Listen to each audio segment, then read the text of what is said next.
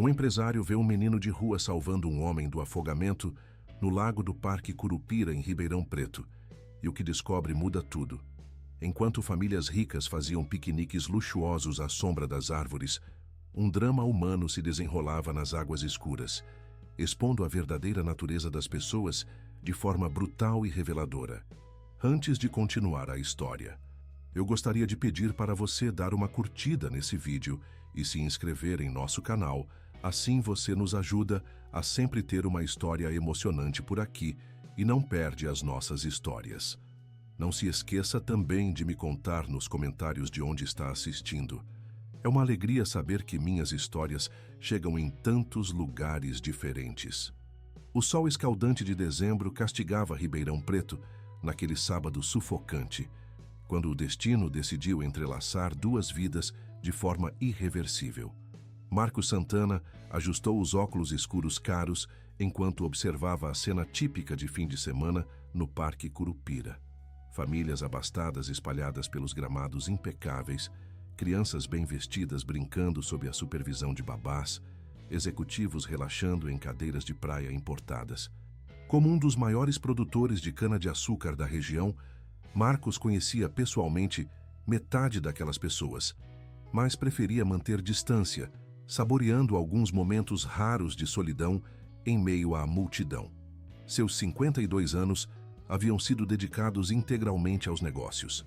A empresa que herdara do pai se transformara num império do agronegócio, com plantações que se estendiam por milhares de hectares e contratos milionários com usinas de todo o país. Mas o sucesso financeiro viera acompanhado de um vazio emocional crescente. Nunca se casara, nunca tivera filhos, nunca permitira que alguém se aproximasse o suficiente para conhecer o homem por trás da fachada empresarial. Naquele momento, enquanto bebia água mineral francesa direto da garrafa, Marcos se questionava sobre o sentido real de sua existência. Tinha dinheiro suficiente para comprar qualquer coisa que desejasse, mas não conseguia comprar a única coisa que realmente importava: propósito. A sensação de vazio o acompanhava constantemente, como uma sombra que crescia proporcionalmente ao tamanho de sua conta bancária. Foi então que o grito desesperado cortou o ar como uma sirene de emergência. A poucos metros da margem, um homem de meia idade se debatia nas águas escuras do lago artificial, claramente em pânico.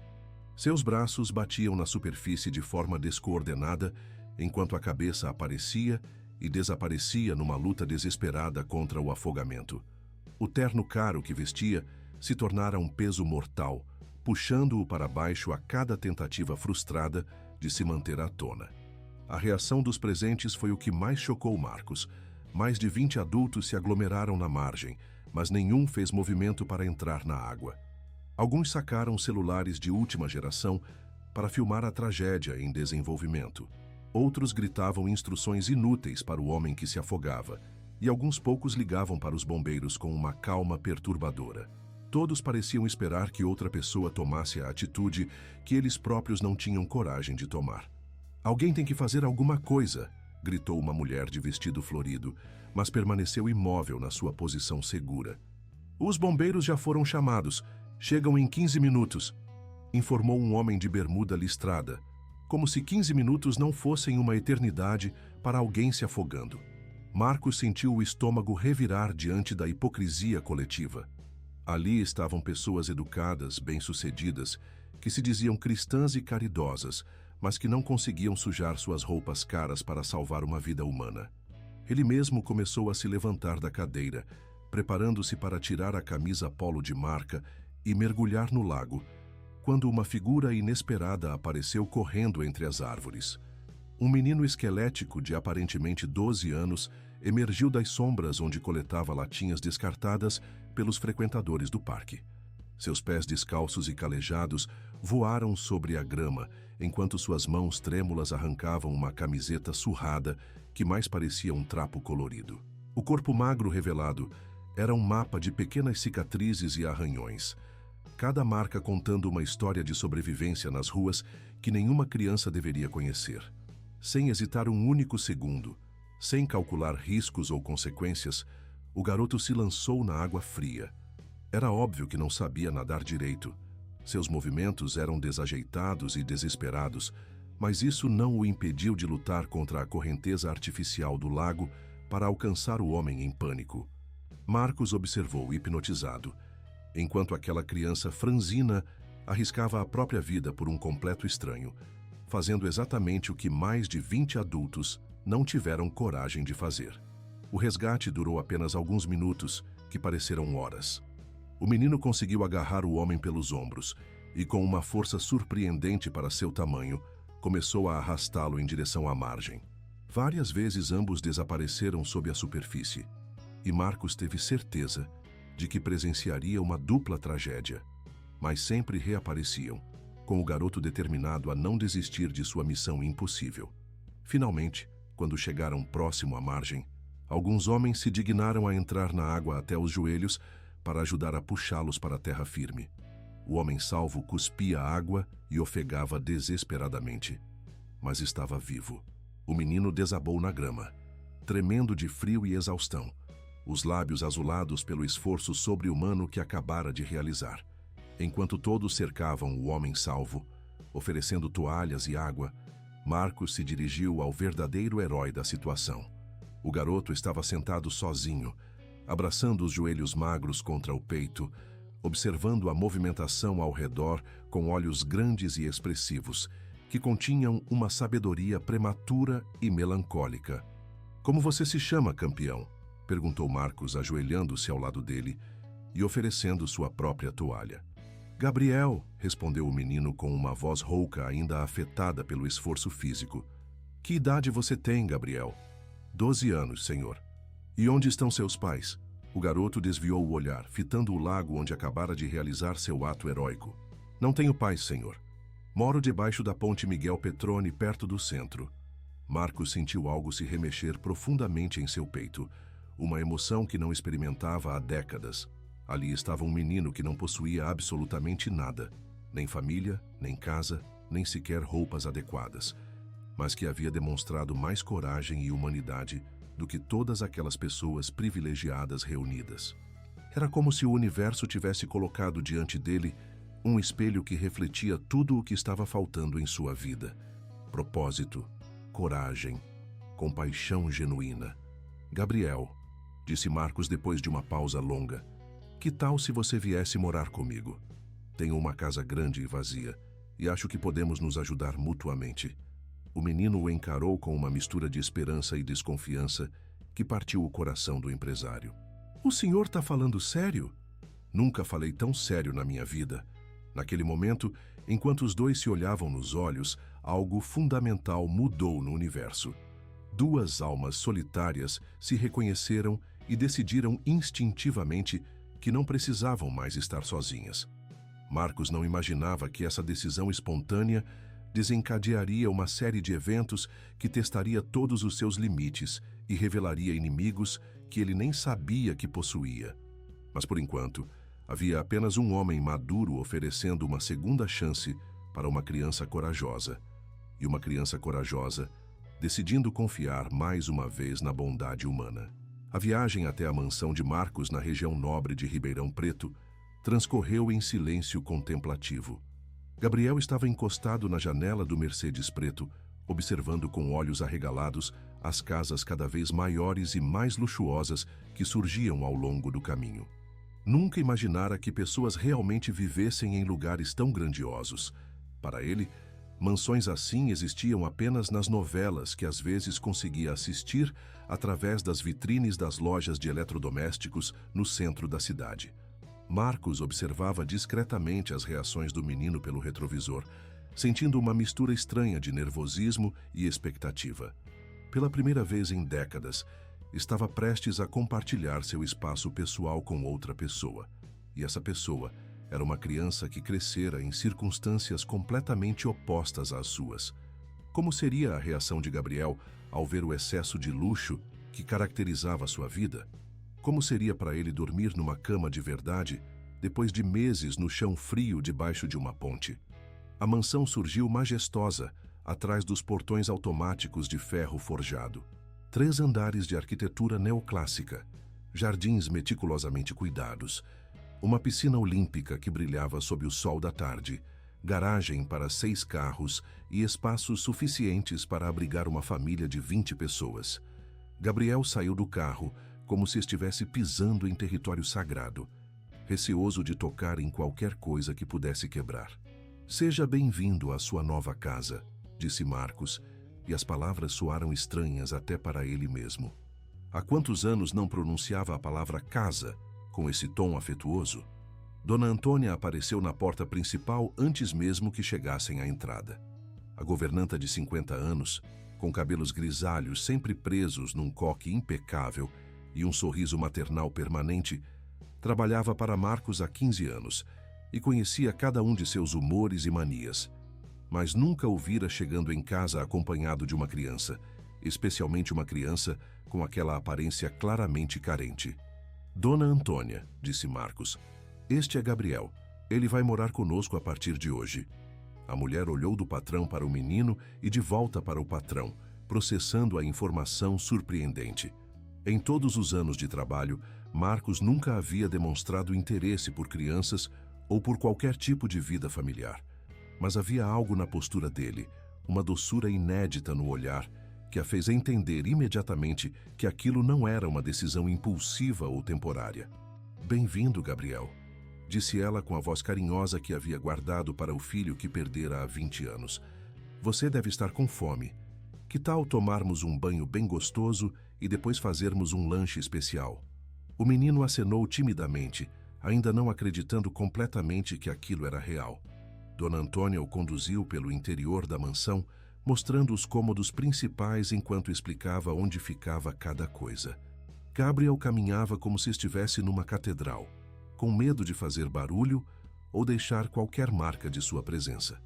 O quarto que seria seu ficava no 2º andar, com vista para o jardim e a piscina. Era maior que muitos apartamentos que conhecia, com uma cama king size que parecia um campo de futebol, um closet do tamanho de um quarto comum e um banheiro privativo com banheira e chuveiro separados. Gabriel ficou parado no centro do ambiente, girando lentamente para absorver cada detalhe. "Tudo isso é meu?", perguntou com uma voz quase inaudível. "Tudo isso é seu", confirmou Marcos da porta, observando a reação do garoto com um aperto no peito. O banho foi uma experiência transformadora. Gabriel nunca havia tomado banho numa banheira com água quente abundante, shampoo cheiroso e toalhas macias. Dona Antônia havia separado roupas limpas, uma bermuda e uma camiseta, que Marcos comprara anos atrás, num momento de impulso, e nunca usara. Ficaram um pouco grandes no menino, mas era a primeira vez em meses que vestia algo verdadeiramente limpo e sem remendos. O jantar foi servido na sala de jantar formal, uma mesa de mogno para 12 pessoas iluminada por um lustre de cristal. Gabriel comeu devagar, saboreando cada garfada como se fosse a última refeição de sua vida. Marcos observava cada movimento, percebendo como o menino mastigava cuidadosamente, como bebia pequenos goles de suco, como limpava a boca com o guardanapo após cada bocado. Eram gestos de alguém que conhecia a fome e não desperdiçava nada. "Gabriel", disse Marcos quando terminaram de comer, "amanhã vamos providenciar sua matrícula numa escola. Você sabe ler e escrever?" "Sei um pouco, senhor. Aprendi sozinho olhando placas e jornais velhos. Nunca fui muito tempo na escola." "Não se preocupe, vamos contratar uma professora particular para você se atualizar, e depois escolhemos a melhor escola da cidade." O menino o encarou com aqueles olhos grandes que pareciam abrigar toda a tristeza e toda a esperança do mundo. "Por que o senhor está fazendo isso por mim? Eu não sou nada especial." Marcos sentiu um nó na garganta. Como explicar para uma criança de 12 anos que ela havia mudado fundamentalmente sua perspectiva sobre a vida em questão de horas? Como dizer que seu ato de coragem no lago havia despertado nele sentimentos paternais que nem sabia que possuía? "Você é mais especial do que imagina, Gabriel. Hoje você me ensinou o que é verdadeira coragem. Agora quero retribuir, dando a você todas as oportunidades que merece." Naquela primeira noite, Gabriel demorou horas para conseguir dormir na cama macia. Estava acostumado com superfícies duras e barulhos constantes da rua.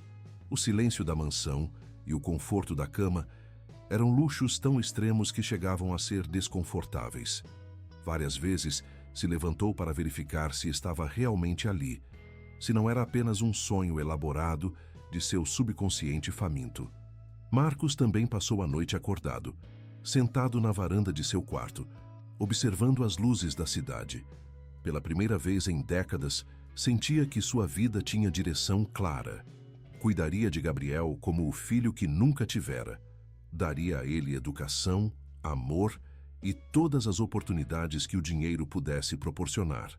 Era um propósito nobre e claro, algo que dava sentido a toda a sua riqueza acumulada. Mas nem Marcos nem Gabriel imaginavam que a felicidade recém-descoberta já estava sendo observada por olhos invejosos e ressentidos. Na cidade, alguém que conhecia muito bem Marcos Santana estava tramando uma vingança elaborada que usaria exatamente a bondade do empresário como arma contra ele. A nova família que nascia naquela noite ainda seria testada por provações que testariam todos os seus limites e revelariam que nem todo mundo ficava feliz quando outras pessoas encontravam a felicidade.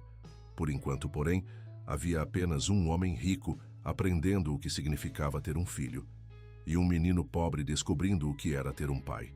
E isso, por si só, já era um milagre suficientemente grande para transformar duas vidas para sempre. As primeiras semanas de convivência revelaram-se uma descoberta mútua extraordinária.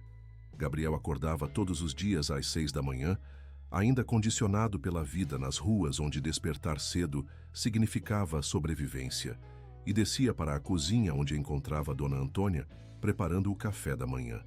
A mulher havia se afeiçoado instantaneamente ao menino, vendo nele uma oportunidade de exercer novamente o instinto maternal que mantivera represado por tantos anos.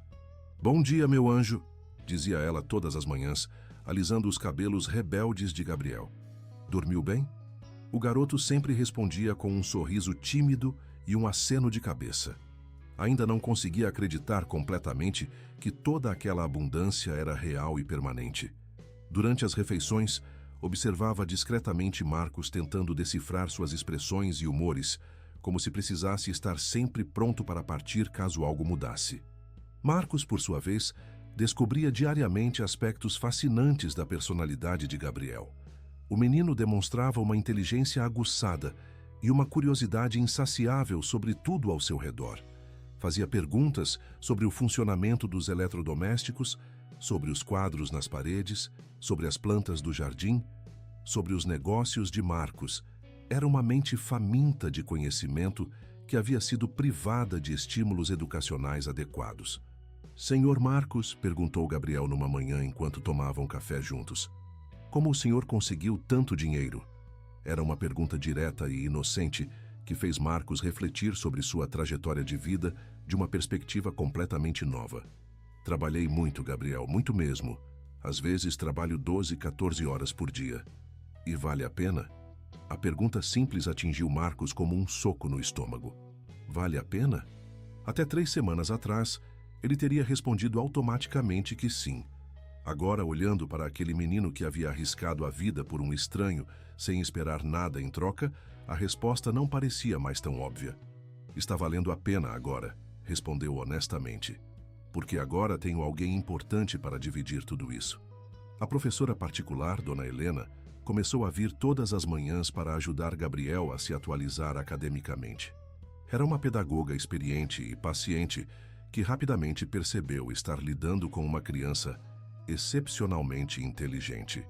Gabriel absorvia conhecimento como uma esponja, compensando anos de defasagem educacional com uma dedicação impressionante.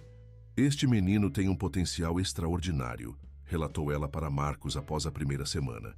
"Com o estímulo adequado, pode alcançar qualquer objetivo acadêmico que desejar." As tardes eram dedicadas ao lazer, algo completamente novo na vida de Gabriel. Marcos havia mandado instalar uma cesta de basquete na lateral da piscina e descoberto que o garoto tinha talento natural para esportes. Jogavam juntos quando Marcos chegava do trabalho, e esses momentos se tornaram os mais preciosos do dia para ambos. "Você já pensou no que quer ser quando crescer?" Perguntou Marcos numa dessas tardes esportivas. Gabriel parou de driblar a bola e ficou pensativo. Quero ajudar crianças que nem eu, que não têm família nem lugar para morar. A resposta simples e sincera tocou profundamente Marcos. Mesmo tendo encontrado conforto e segurança, Gabriel não esquecera de onde vinha nem das outras crianças que continuavam nas ruas. Então vamos trabalhar para que você possa fazer isso da melhor forma possível, prometeu Marcos. As noites eram reservadas para conversas no jardim, onde Gabriel contava histórias de sua vida nas ruas que às vezes faziam Marcos chorar secretamente.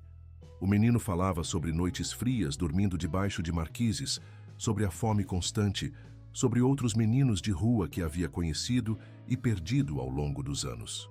Mas também falava sobre pequenos atos de bondade que havia presenciado, sobre pessoas simples que dividiam o pouco que tinham, sobre a solidariedade que existia entre os excluídos. O senhor Joaquim, que vende frutas na feira, sempre guardava as frutas machucadas para dar para a gente no final do dia, contava Gabriel. Ele falava que todo mundo merecia comer algo doce de vez em quando.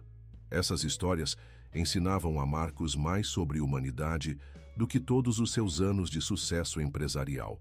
Percebia que havia vivido numa bolha de privilegiados, completamente desconectado da realidade de milhões de brasileiros.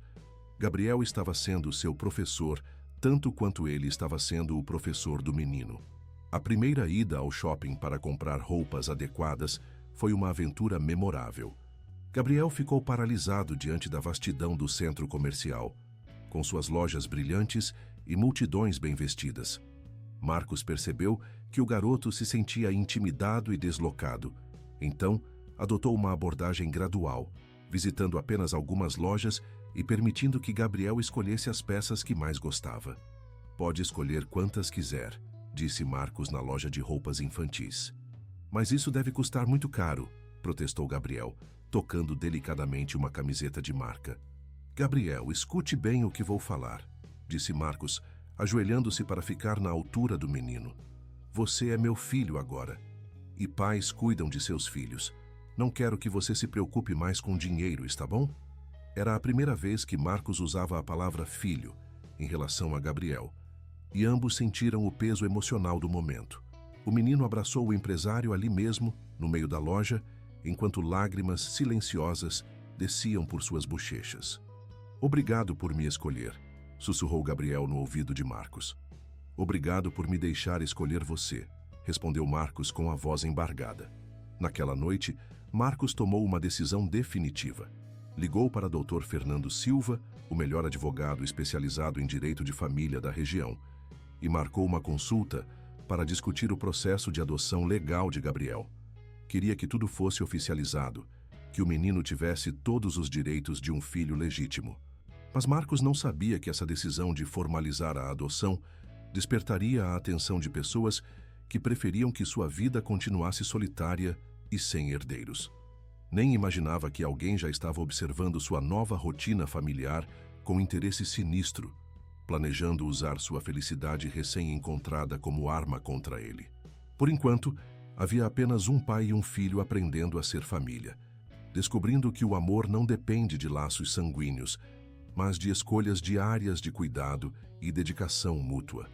O escritório de Dr. Fernando Silva ficava no centro empresarial de Ribeirão Preto, ocupando todo o 10º andar de um edifício espelhado que refletia o sol da manhã como um farol de vidro e aço. Marcos chegou pontualmente às 9 horas, acompanhado de Gabriel, que vestia pela primeira vez um dos ternos infantis que haviam comprado na semana anterior. O menino se sentia desconfortável com a roupa formal, mas Marcos havia explicado que aquela reunião era especial e merecia uma apresentação adequada. Dr. Fernando era um homem de 45 anos, cabelos grisalhos perfeitamente penteados e uma reputação impecável no campo do direito infantil. Havia conduzido centenas de processos de adoção ao longo de sua carreira e desenvolvido um instinto apurado para distinguir motivações genuínas de caprichos passageiros de adultos ricos.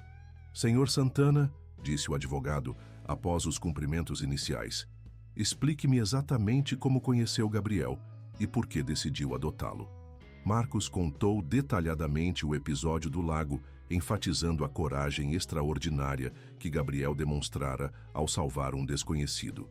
Descreveu também as semanas de convivência, o progresso acadêmico do menino e a conexão emocional que havia se estabelecido entre eles.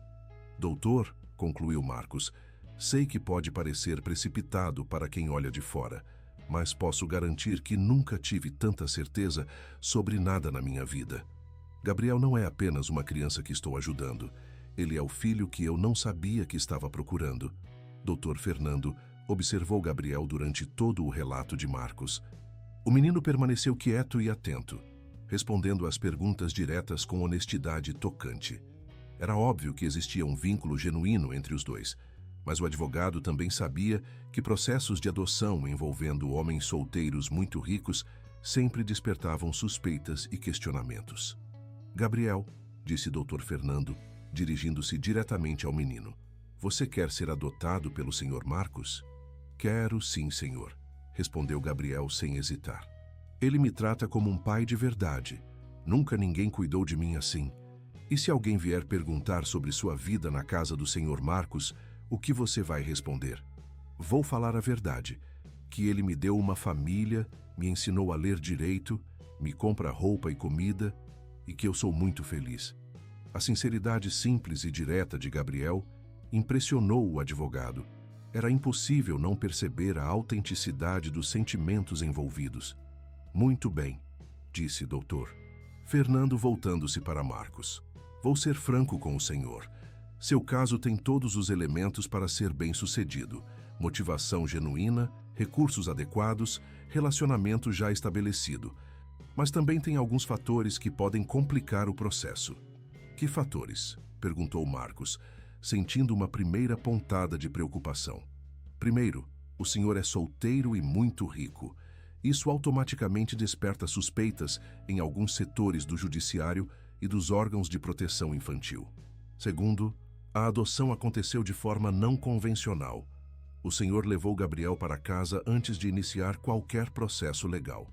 Dr. Fernando explicou que seria necessária uma série de avaliações psicológicas, visitas domiciliares, entrevistas separadas com ambos e um período de estágio de convivência que poderia durar até 2 anos.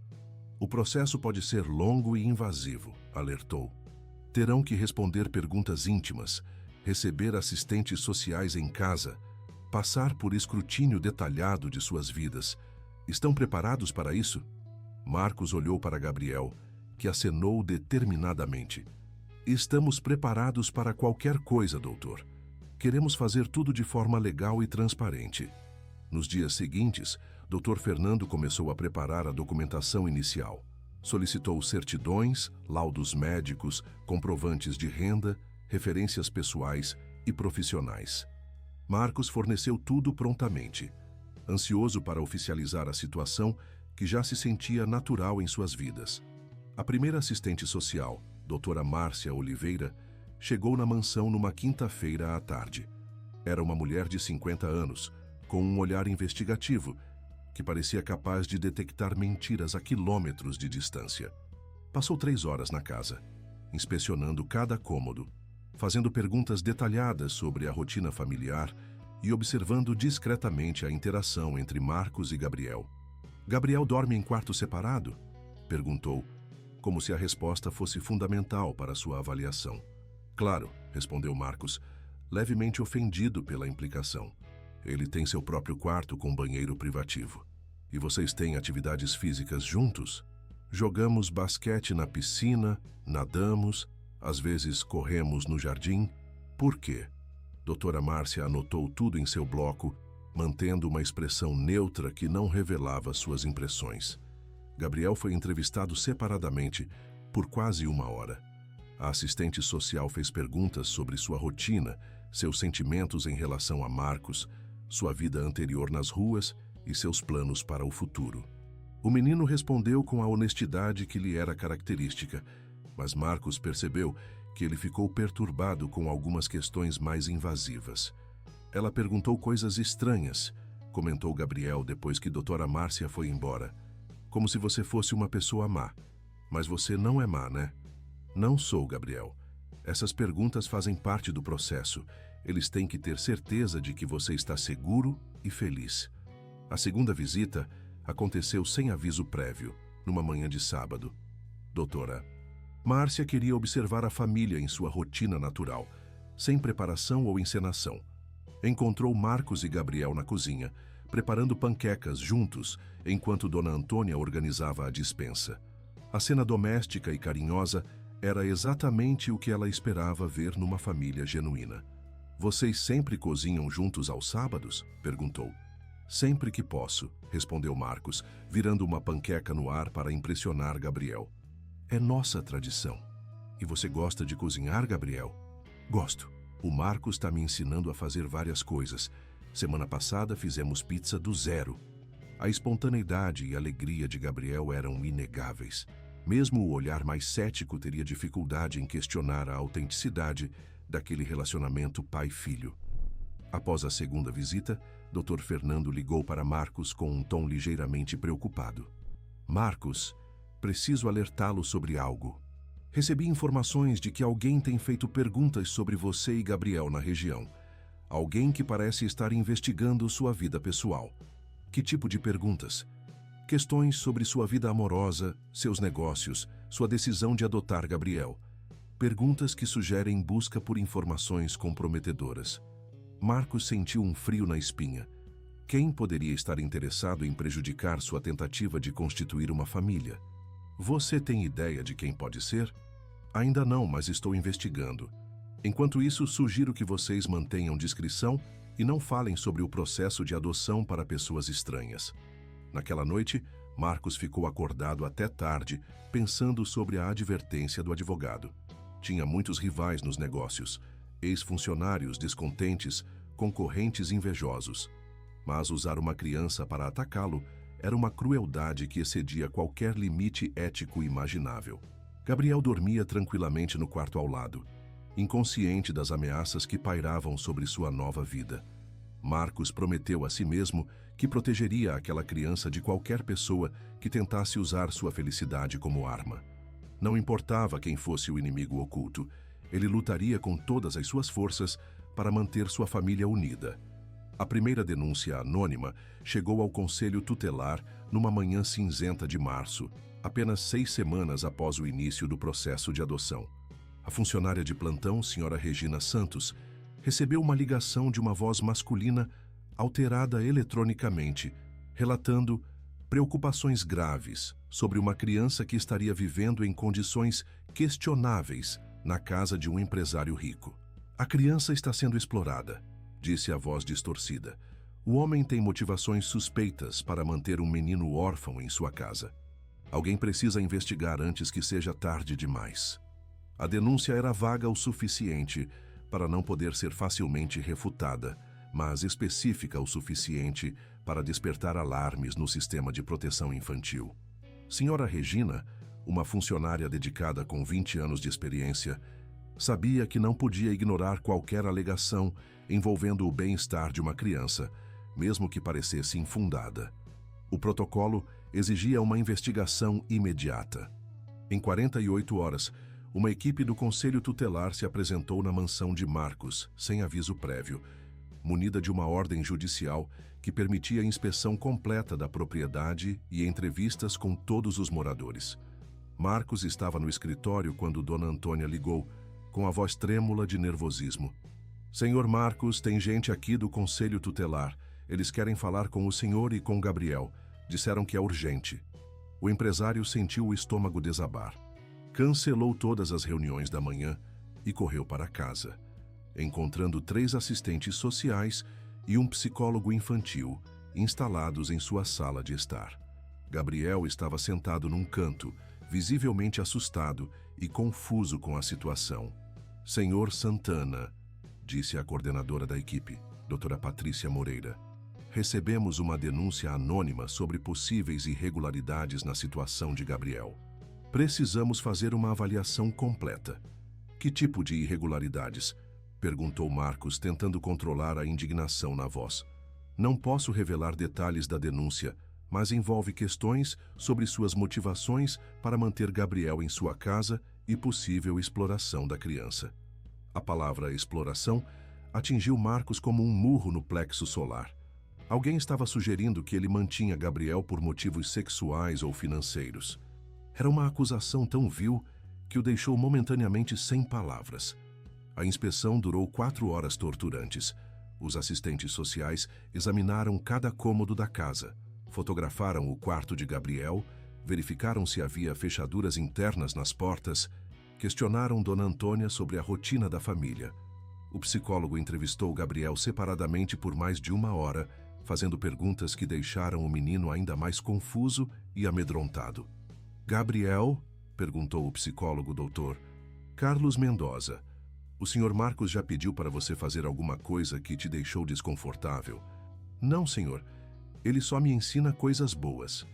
E ele já te tocou de forma que você achou estranha? Como assim, senhor? Ele já tocou partes do seu corpo que ficam cobertas pela roupa? Gabriel ficou vermelho de constrangimento e confusão. Não, senhor. Ele nunca fez nada disso. Ele é uma boa pessoa.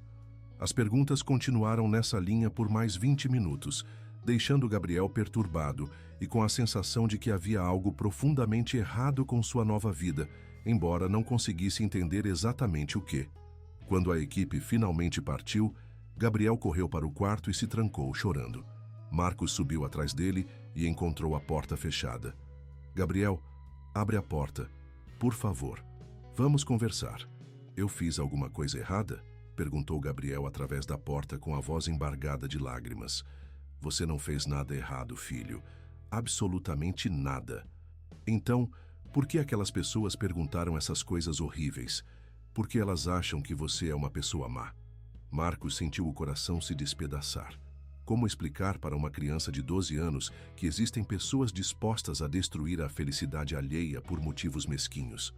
Gabriel, abra a porta. Preciso te explicar algumas coisas. Quando Gabriel finalmente abriu, Marcos o encontrou sentado na cama, com os olhos vermelhos e uma expressão de medo que não via desde o primeiro dia no parque. Escute bem o que vou falar, disse Marcos, sentando-se ao lado do menino. Existem pessoas más no mundo que não gostam quando outras pessoas são felizes. Alguém está tentando nos separar fazendo mentiras sobre nossa família. Mas por quê? Não sei ainda, mas vou descobrir. E vou proteger você, Gabriel. Não importa o que aconteça, não vou deixar ninguém nos separar. Dr. Fernando foi informado sobre a investigação no mesmo dia e ligou para Marcos com urgência. A situação é mais séria do que imaginávamos, disse o advogado. Denúncias anônimas têm um peso desproporcional no sistema. Mesmo sendo infundadas, criam uma presunção de culpa que pode arrastar o processo por meses. Mas eles não acharam nada de errado. Isso não importa. O que importa é que alguém plantou uma semente de dúvida. E essa pessoa provavelmente não vai parar por aqui. Dr. Fernando estava certo. Nos dias seguintes, chegaram 2 novas denúncias anônimas, cada uma com detalhes ligeiramente diferentes, mas com o mesmo tom acusatório. Alguém estava orquestrando uma campanha sistemática para destruir a reputação de Marcos e questionar sua adequação como pai adotivo. A terceira visita do Conselho Tutelar aconteceu durante o jantar. Desta vez, levaram Gabriel para ser entrevistado em um ambiente neutro, o escritório do órgão no centro da cidade. O menino saiu de casa apavorado, sem entender por que estava sendo tratado como vítima de algo que não havia acontecido. Eles vão me levar embora? Perguntou a Marcos antes de entrar no carro do conselho. Não, respondeu Marcos com mais convicção do que realmente sentia. Somos uma família verdadeira, e famílias verdadeiras superam qualquer obstáculo. Mas enquanto via o carro se afastar com Gabriel no banco traseiro, Marcos sentiu pela primeira vez que estava perdendo o controle da situação. Alguém estava usando o sistema contra ele de forma muito inteligente e calculada. E até descobrir quem era esse inimigo oculto, sua família permaneceria sob ameaça constante. A descoberta da identidade do perseguidor veio através de uma investigação paralela que Dr. Fernando havia contratado discretamente. O detetive particular, ex-policial civil com conexões em várias áreas, levou 3 semanas para rastrear a origem das denúncias anônimas até um escritório abandonado no centro comercial degradado de Ribeirão Preto. As ligações eram feitas de telefones descartáveis, mas sempre do mesmo local e no mesmo horário. Identifiquei o homem, relatou o detetive numa reunião reservada no escritório de Dr. Fernando. Juliano Pereira, 45 anos, empresário falido, ex-sócio minoritário da construtora Horizonte. O nome atingiu Marcos como um raio. Ele se lembrava perfeitamente de Juliano Pereira. Conheço esse homem, disse Marcos, com a voz carregada de incredulidade e raiva. Ele me procurou há 8 meses com uma proposta de parceria para construir um condomínio de luxo na zona sul da cidade. E o que aconteceu? Perguntou o Dr. Fernando. Descobri que os documentos ambientais eram fraudulentos. O projeto estava sendo construído sobre uma área de preservação permanente, com licenças falsificadas. Quando me recusei a participar e ameacei denunciar as irregularidades, ele implorou para que eu não fizesse nada. Disse que estava com problemas financeiros graves. O detetive consultou suas anotações. A empresa dele faliu 2 meses depois da recusa do senhor. Pereira perdeu a casa, o carro, teve que tirar os filhos da escola particular. A esposa pediu divórcio e mudou-se para São Paulo com as crianças. A situação estava ficando clara. Juliano havia perdido tudo e culpava Marcos por sua ruína financeira. Não importava que a responsabilidade fosse dele próprio por tentar burlar a legislação ambiental. Na mente transtornada de um homem desesperado, Marcos se tornara o vilão de sua história pessoal. Ele está usando Gabriel para se vingar de mim, concluiu Marcos, sentindo uma mistura de raiva e náusea. Está disposto a traumatizar uma criança inocente por causa de seus próprios erros. Pior que isso, disse o detetive. Descobri que Pereira está sendo pressionado por agiotas. Deve uma quantia considerável para pessoas que não costumam aceitar atrasos nos pagamentos. É possível que ele esteja planejando algum tipo de chantagem. Dr. Fernando imediatamente acionou seus contatos na Polícia Civil e no Ministério Público. Com as provas da campanha difamatória e os dados sobre as ligações anônimas, seria possível processar Juliano por calúnia, difamação e uso indevido do sistema de proteção infantil. Mas processos judiciais levam tempo, e o estrago psicológico em Gabriel já estava acontecendo. O menino havia mudado completamente nas últimas semanas. O garoto alegre e espontâneo que chegara à mansão estava se transformando numa criança retraída e desconfiada. As constantes visitas de assistentes sociais e as perguntas invasivas estavam corroendo sua autoestima e sua confiança no mundo adulto. Marcos, disse Gabriel numa noite, depois de mais uma entrevista traumática no conselho tutelar, talvez seja melhor eu voltar para as ruas. Assim ninguém mais vai falar mal de você. A frase partiu o coração de Marcos. Uma criança de 12 anos estava se oferecendo para sacrificar sua própria felicidade para proteger o homem que a havia adotado. Gabriel, olhe nos meus olhos, disse Marcos, ajoelhando-se diante do menino. Você é meu filho, não por papéis ou documentos, mas porque eu escolhi você e você me escolheu. Nenhuma mentira vai mudar isso. Nenhuma pessoa má vai conseguir nos separar. Mas e se eles me levarem embora? Não vão levar, eu prometo. Era uma promessa audaciosa, considerando que Marcos não tinha controle total sobre o sistema burocrático que estava sendo manipulado contra eles. Mas era uma promessa que ele estava determinado a cumprir, custasse o que custasse. A estratégia de doutor. Fernando era dupla. Provar a inocência de Marcos através de laudos médicos e psicológicos independentes e, simultaneamente, expor a campanha difamatória de Juliano. Para isso, seria necessário confrontar diretamente o perseguidor e tentar obter uma confissão. É arriscado, alertou o advogado. Se Pereira perceber que foi descoberto, pode escalar a situação ou simplesmente desaparecer. Estou disposto a correr o risco, declarou Marcos. Não posso permitir que isso continue. Gabriel não merece passar por essa tortura psicológica. O encontro foi marcado para a manhã seguinte, num café discreto no centro da cidade. Marcos chegou 15 minutos antes do horário combinado, com um microgravador escondido no bolso da camisa. Dr. Fernando estava numa mesa distante, fingindo trabalhar no laptop enquanto observava discretamente.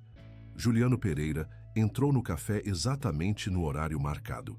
Estava irreconhecível. O homem bem vestido e confiante que havia apresentado a proposta de negócio 8 meses antes se transformara numa figura esquálida e desesperada. Roupas amarrotadas, barba por fazer, olhos fundos que denunciavam noites de insônia e desespero. Marcos, disse Juliano, sentando-se à mesa sem cumprimentar. Obrigado por aceitar me encontrar. Juliano, vou ser direto. Sei que é você quem está fazendo as denúncias anônimas contra mim. Quero que pare imediatamente. O homem riu amargamente. Denúncias? Não sei do que você está falando. Sei exatamente do que estou falando. E sei por que está fazendo isso. Quer se vingar porque não concordei em participar do seu esquema fraudulento. Meu esquema? A voz de Juliano subiu de tom. Você destruiu minha vida. Por causa da sua arrogância moral, perdi tudo o que tinha. Você perdeu tudo porque tentou enganar o sistema. Eu apenas me recusei a ser cúmplice. E agora você brinca de pai modelo com aquele moleque de rua como se fosse um santo. Mas eu sei quem você é, Marcos. Sei que homens como você não adotam crianças por altruísmo. A acusação velada foi a gota d'água para Marcos. Pare com isso agora, Juliano. Gabriel é uma criança inocente. Deixe suas questões comigo fora disso. Por que eu faria isso? Você não deixou as suas questões morais fora dos meus negócios. Era uma confissão indireta, mas clara o suficiente para confirmar o que todos já sabiam. Juliano estava usando Gabriel como instrumento de vingança, sem qualquer consideração pelo bem-estar da criança. O que você quer? Perguntou Marcos, decidindo tentar uma abordagem prática. Quero que você sinta o que eu senti. Quero que você perca o que mais ama como eu perdi. A frieza na voz de Juliano revelava um homem que havia ultrapassado todos os limites da racionalidade. Não estava mais interessado em dinheiro ou reparação. Queria apenas destruir Marcos emocionalmente. O encontro terminou sem resolução, mas com a confirmação de que Juliano era um inimigo implacável e irracional. Doutor. Fernando tinha material suficiente na gravação para processar o perseguidor, mas ambos sabiam que isso não garantia o fim das perseguições. Esse homem está mentalmente desequilibrado, analisou o Dr. Fernando após ouvir a gravação. Não vai parar até conseguir destruir sua família ou até ser forçado a parar. Então vamos forçá-lo a parar, declarou Marcos. Gabriel merece viver em paz. A partir daquele momento, a luta se tornaria uma guerra de nervos, onde a felicidade de uma criança inocente estava sendo usada como arma numa disputa entre adultos. E Marcos estava determinado a vencer essa guerra, não importasse o preço. A escalada da perseguição atingiu seu pico quando Gabriel foi convocado para uma entrevista especial no Fórum da cidade, conduzida por uma junta de psicólogos especializados em casos de abuso infantil. A convocação chegou numa sexta-feira, determinando que o menino se apresentasse na segunda-feira seguinte, acompanhado apenas de um responsável do conselho tutelar. Eles não podem me impedir de acompanhar meu filho, protestou Marcos no telefone com o Dr. Fernando. Infelizmente podem. É um procedimento padrão quando há suspeitas graves. A ideia é que Gabriel se sinta livre para falar sem a presença do suposto agressor. A palavra agressor aplicada a ele fez Marcos sentir uma raiva tão intensa que precisou se controlar para não quebrar o telefone. Como havia chegado ao ponto de ser considerado uma ameaça para a criança que amava como filho? O fim de semana foi torturante. Gabriel mal saiu do quarto, recusando-se a comer adequadamente e fazendo perguntas que partiam o coração de Marcos. Se eles decidirem que eu não posso mais morar aqui, você vai me visitar no abrigo? Perguntou numa voz pequena e assustada. Gabriel, isso não vai acontecer, respondeu Marcos, tentando transmitir mais confiança do que realmente sentia. Mas e se acontecer? Se acontecer, vou mover céu e terra para trazer você de volta. Mas não vai acontecer, porque somos uma família verdadeira. Na manhã de segunda-feira, Marcos viu Gabriel entrar no carro do conselho tutelar com uma expressão de resignação que era devastadora numa criança de 12 anos. O menino havia perdido a esperança e se preparava mentalmente para mais uma separação traumática. A entrevista durou 3 horas intermináveis. Gabriel foi submetido a testes psicológicos, desenhos interpretativos e perguntas cada vez mais invasivas sobre sua vida com Marcos. Os psicólogos usaram técnicas destinadas a fazer crianças revelarem traumas ocultos, mas tudo o que conseguiram foi deixar Gabriel ainda mais confuso e traumatizado. Gabriel, queremos que você saiba que está num lugar seguro, disse a psicóloga principal, doutora Carmen Ferreira. Pode nos contar qualquer coisa que aconteceu na casa do Sr. Marcos, mesmo que ele tenha pedido para você não contar. Mas não aconteceu nada de ruim, insistiu Gabriel pela quinta vez. Ele cuida de mim, me ensina coisas, brinca comigo. É um pai de verdade. Às vezes, adultos fazem coisas que podem parecer normais para uma criança, mas na verdade são erradas. Você tem certeza de que nunca se sentiu desconfortável com alguma atitude dele? Gabriel começou a chorar, não de medo ou trauma, mas de frustração por não conseguir fazer os adultos entenderem que era feliz e seguro com Marcos. Por que vocês não acreditam em mim? Por que acham que ele é uma pessoa má? Ele me salvou da rua. Eu estava com fome e frio, e ele me deu uma casa.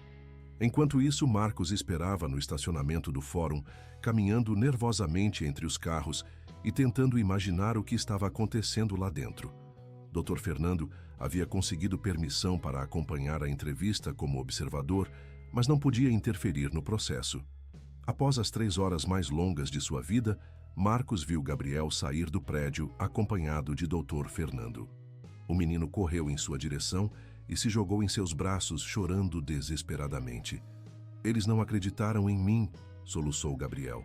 Eu falei que você é bom, mas eles não acreditaram. Está tudo bem, filho, consolou Marcos, abraçando-o com força.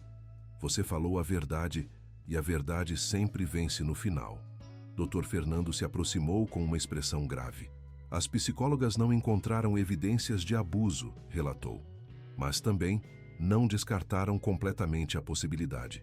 Vão recomendar acompanhamento psicológico contínuo e visitas domiciliares semanais por tempo indeterminado.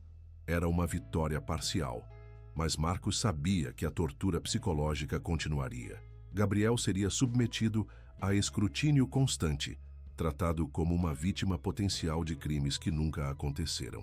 Naquela noite, após colocar Gabriel para dormir, Marcos tomou uma decisão radical. Ligou para o detetive particular e deu uma instrução clara. Quero que você encontre algo que possamos usar contra Juliano Pereira.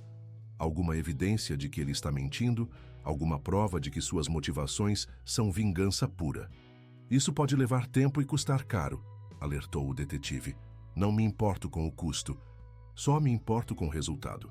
O detetive trabalhou durante 2 semanas, seguindo Juliano, investigando suas atividades e conversando discretamente com pessoas que o conheciam. A descoberta veio de uma fonte inesperada, a ex-esposa de Juliano, que ainda vivia em São Paulo com os filhos. Ela concordou em falar, relatou o detetive. Está preocupada porque Juliano tem ligado para os filhos, falando obsessivamente sobre vingança contra você. Ela acha que ele está tendo um colapso mental. A conversa com Ana Paula Pereira foi reveladora e perturbadora. A mulher descreveu um homem que havia se tornado obcecado com a ideia de destruir Marcos, culpando-o por todos os problemas de sua vida. Ele fala sobre você dia e noite, contou Ana Paula por telefone. Diz que vai provar que você é um predador, que vai salvar aquela criança de você. Estou preocupada porque ele não consegue mais distinguir fantasia da realidade. Ele já ameaçou fazer algo violento? Perguntou o detetive. Não diretamente, mas fala sobre justiça e fazer o que o sistema não consegue fazer. Tenho medo de que ele perca o controle completamente. Era exatamente a informação que Dr. Fernando precisava. Um homem mentalmente instável, com motivações claramente vingativas, usando o sistema de proteção infantil para perseguir uma família inocente. Era hora de contra-atacar. A estratégia seria expor Juliano publicamente, documentar sua obsessão doentia e apresentar evidências de que ele representava uma ameaça tanto para Marcos quanto para Gabriel. Mas isso significava tornar o caso público, expor Gabriel a ainda mais escrutínio e atenção indesejada. Estou disposto a fazer isso, decidiu Marcos. Gabriel merece viver sem medo. O que nenhum deles esperava era que Juliano estava se preparando para um movimento final, desesperado e perigoso, que colocaria Gabriel em risco real pela primeira vez desde que havia deixado as ruas. A armadilha final de Juliano foi engenhosamente cruel. Durante semanas ele observou discretamente a rotina de Gabriel, identificando o momento exato em que o menino ficava mais vulnerável. As manhãs de terça e quinta-feira, quando caminhava sozinho 3 quarteirões da casa até a parada de ônibus escolar, um pequeno exercício de independência que Marcos havia introduzido para ajudar Gabriel a desenvolver confiança. Na manhã da quarta-feira, uma semana após a entrevista traumática no fórum, Juliano colocou seu plano em ação. Vestindo roupas escuras e usando um boné para dificultar a identificação, ele abordou Gabriel a meio caminho entre a mansão e a parada de ônibus. "Gabriel?", chamou, fingindo surpresa ao encontrá-lo. "Você se lembra de mim? Sou amigo do Marcos." O menino parou, tentando lembrar onde havia visto aquele homem. Havia algo familiar no rosto, mas não conseguia identificar exatamente o que. "Não lembro, senhor", respondeu educadamente, como Marcos havia ensinado. "Ah, nos conhecemos há alguns meses numa reunião de negócios. Escute, aconteceu algo grave com o Marcos. Ele teve um acidente e está no hospital. Me pediu para buscar você." Gabriel sentiu o mundo girar. Marcos num hospital, ferido. A possibilidade de perder mais uma pessoa importante de sua vida o atingiu como um soco no estômago. "Que tipo de acidente?", perguntou, com a voz trêmula. "Um acidente de carro a caminho do escritório. Ele está consciente, mas pediu especificamente para você ir até lá. Disse que era urgente." A mentira era convincente, porque explorava exatamente os medos mais profundos de Gabriel: abandono e perda. O menino havia perdido a avó, havia sido rejeitado por múltiplas famílias adotivas, havia vivido nas ruas.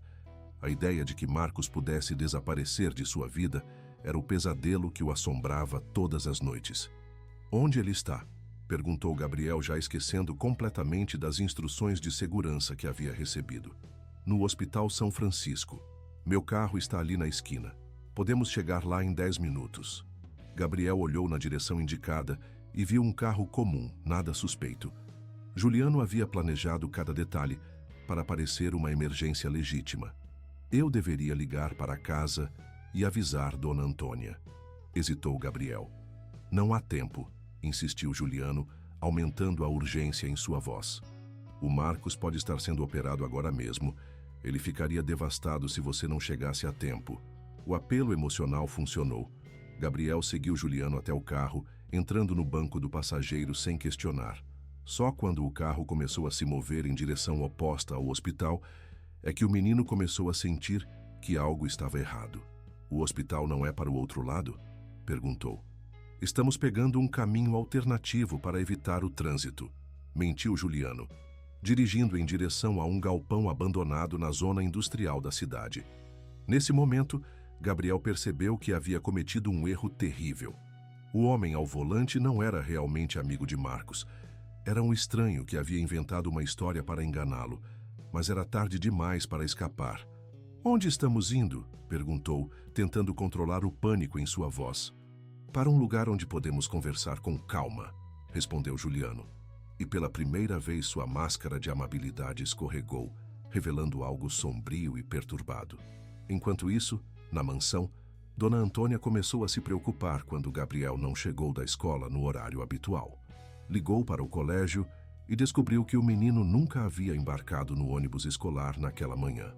"Senhor Marcos", disse ela pelo telefone, com a voz trêmula de ansiedade, "Gabriel não chegou na escola. Ninguém sabe onde ele está." Marcos sentiu o sangue gelar em suas veias. Cancelou imediatamente todas as reuniões e correu para casa, ligando para Dr. Fernando no caminho. "Fernando, Gabriel desapareceu. Saiu de casa normal esta manhã, mas nunca chegou na escola. Você acha que pode ter fugido? Com toda a pressão psicológica que tem sofrido?" "Não", disse Marcos categoricamente. "Gabriel não fugiria. Ele me prometeu que sempre conversaria comigo antes de fazer qualquer coisa drástica. Alguma coisa aconteceu com ele." A polícia foi acionada imediatamente. Em questão de horas, a mansão estava cheia de detetives, a escola foi revistada, câmeras de segurança foram analisadas. Uma das câmeras de uma loja próxima captou a imagem de Gabriel entrando num carro com um homem não identificado. É sequestro, confirmou o delegado responsável pelo caso. Vamos precisar de todas as informações sobre possíveis inimigos que o senhor possa ter. Marcos e Dr. Fernando imediatamente pensaram em Juliano Pereira. O detetive particular foi contactado e em 2 horas havia confirmado que Juliano não estava em sua residência nem em nenhum dos lugares que costumava frequentar. Temos que encontrá-lo antes que seja tarde demais, disse Marcos, sentindo uma angústia que ultrapassava qualquer coisa que já havia experimentado. No galpão abandonado, Gabriel estava amarrado a uma cadeira velha, com fita adesiva cobrindo parcialmente sua boca. Juliano caminhava de um lado para outro, falando sozinho numa conversa delirante sobre justiça e vingança. Você não entende ainda, não é? Dizia Juliano para Gabriel. Aquele homem que você chama de pai é um monstro. Ele destruiu minha vida, e agora vou destruir a dele. E você é a chave para isso. Gabriel tentava falar através da fita adesiva, querendo explicar que Marcos era uma boa pessoa, que havia salvado sua vida, que eram uma família de verdade. Mas Juliano não estava interessado em ouvir. Eu vou ligar para ele daqui a pouco e dizer onde você está. Mas só depois que ele sofrer um pouco como eu sofri. Só depois que ele sentir o desespero de perder o que mais ama. Era uma vingança doentia que usava uma criança inocente como instrumento de tortura psicológica. Gabriel percebeu que estava nas mãos de um homem que havia perdido completamente a noção de certo e errado, e que sua vida dependia de Marcos conseguir encontrá-lo a tempo. Enquanto isso, a operação de busca se intensificava. Toda a polícia de Ribeirão Preto estava envolvida. Helicópteros sobrevoavam a cidade.